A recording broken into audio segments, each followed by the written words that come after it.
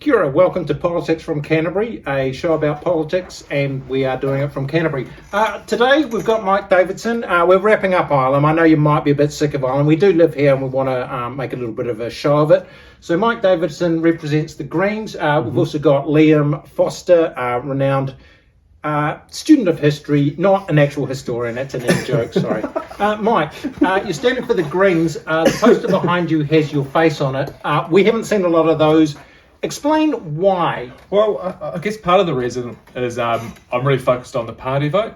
And so I'm not out there pushing myself. This is not about me. This is about party and making a change. And actually, if we get a really good party vote, actually I can come off the list and represent Ilam and the whole of Christchurch. And I also think I've got a few of these posters, and I reckon by just having a few, they'll become a limited edition and they'll be sought after. So trade me's coming.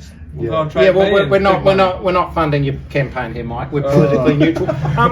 The Greens aren't just going for the party vote in some areas, though. They're also going for the electorate vote. So where's the cutoff, and why is, I think it's Auckland Central, Wellington Central, Rongotai, and is it Mount Albert? So there's four. There's four. What was the cutoff? Look, I think it's making sure that you've got the resources. There's no strict cutoff. Have you actually got a chance to win it?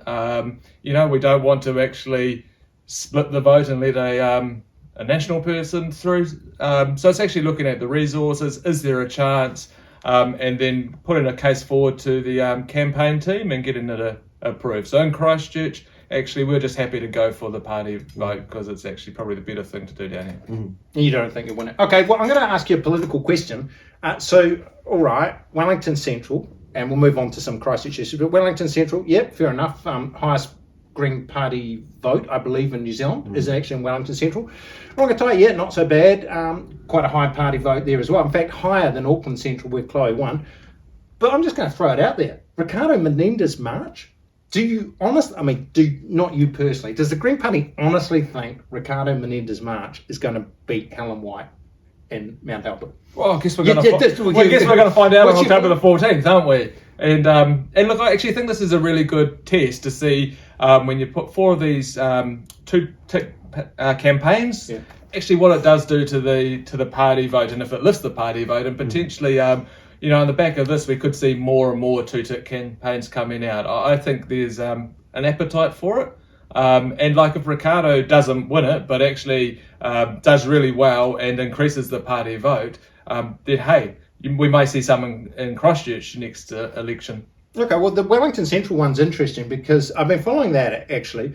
And you've got a city councillor. So if the Green City Councillor wins it, the public of Wellington pick up 65,000 buck tab, I guess, for a by-election. But the other interesting thing there is then you've got the Labour candidate is actually, I believe it was at the start of the year, the list MP for Only Hunga. Who knew that? Because actually Ibrahim Omar left Wellington and went up to Auckland and was a list MP in Auckland, but his name was still on the Wellington Central office of Grant Robertson. There was a story in the Post about that, by the way. It's not some inside knowledge. So anyway, I just thought it's funny because he's essentially running a campaign as the Wellington Central MP, but I don't know. I'd like to know when did Ibrahim Omar become not the list MP for Only Hunga and the Wellington Central MP? And the other thing is, of those three candidates, only one of them is a public servant, which is the national guy. And Wellington's all about the public service, and he might just come through the middle there. So what's the strategy there? Oh, look, I think when you look at Tam's voting record on council, actually her election, she is really liked in Wellington. And I think she's got an excellent opportunity to win that. Well, they all three have, because it went. Ibrahim Omar was on about 31%. National Scots Sheeran was on 28%, and Tamitha was on about 26, 27. So they were all really within the margin of error. Yeah, but I think this highlights, right, why should the Greens keep stepping away for Labour to have it for themselves? And we know with MMP, it's not the candidate vote that's important; it's the party vote. No, the Greens have got the mongrel. The carcass is rearing its claws. Yeah, so I think really, look, we take these 4 two-tick campaigns. If it shows it doesn't hurt the party vote, I think we should be doing more of it across the country. How receptive do you think the Ilam voters would be to the Green Party vote? How receptive have you found them? Oh, I think there's a bit of a movement towards the Greens. I'm picking it up on doorsteps. People actually are liking our policy, our plan, and I'm confident the Greens are going to do quite well in Ilam. There was a recent poll from Courier that had us sitting at 15%. We did 10% last election. So it'd be really good if we can get up to 15% in Ilam. And the Greens were always very strong in Ilam. You may remember a famous Green MP, Kennedy Graham, used to represent this area. Yeah. I'm not sure Kennedy is still in the Greens. He was mainly famous for, stabbing Materia Toure in the front and the back and wherever over the... When was this? This was 2017 election. Yeah, all right. Yeah, so Kennedy Graham went and took his press release down to the...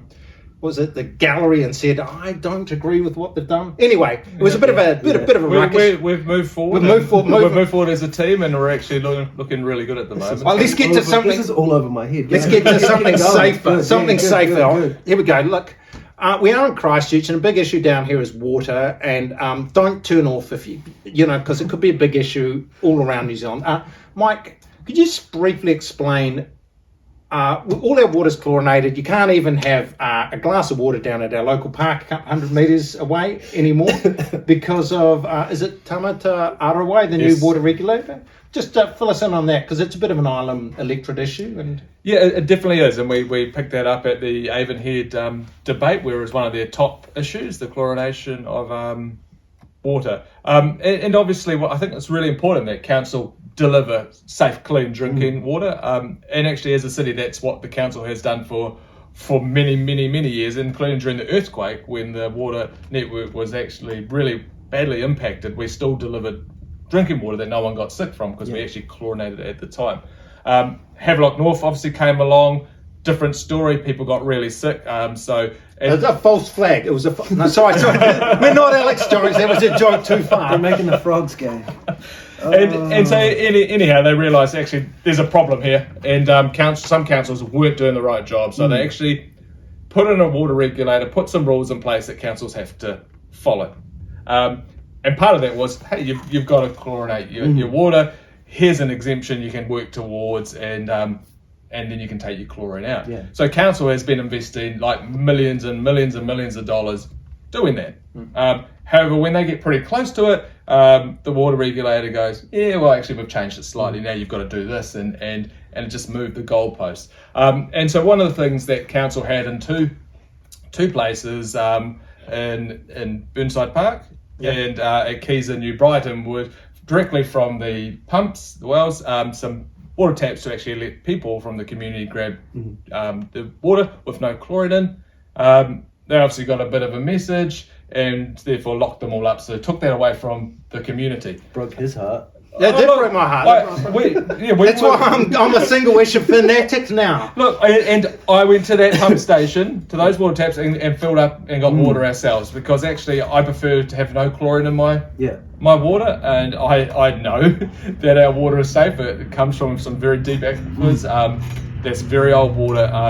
And so I personally think the council should have pushed back. Yeah. Like, they should have pushed back and actually not done it and test actually what was going to happen, because what they could have just done was said, this is not for drinking, this is not drinking water, because, and then put the onus warning back, put the onus back on the person taking it, because actually some people don't get it for drinking water. They may get it for their household plants or other things that actually don't want chlorine in the water. So I think it was a bit of an error from the councillors not to actually say to the team, no, we don't want this. We actually want to push back and not do it, and take it to the regulator. Well, I just think it was a good local issue, and it was I think it should be talked about a bit more in Christchurch. And now let's go a bit broader. Sorry, I just want to. There was a rather boring debate. We don't want to get into the debate. But we live in an MMP environment, but the smaller parties have never really got much of a chance. And I always wonder, is it because once you get into an election, the big newspapers and state TV have these debates where they treat it like it's a first past the post and it's 1975.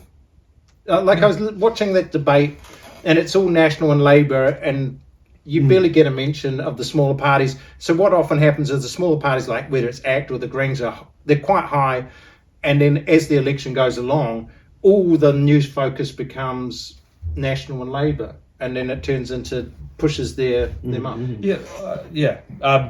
100% agree with you, right? Like MMP's been in since what 96. Lots of education done at that point.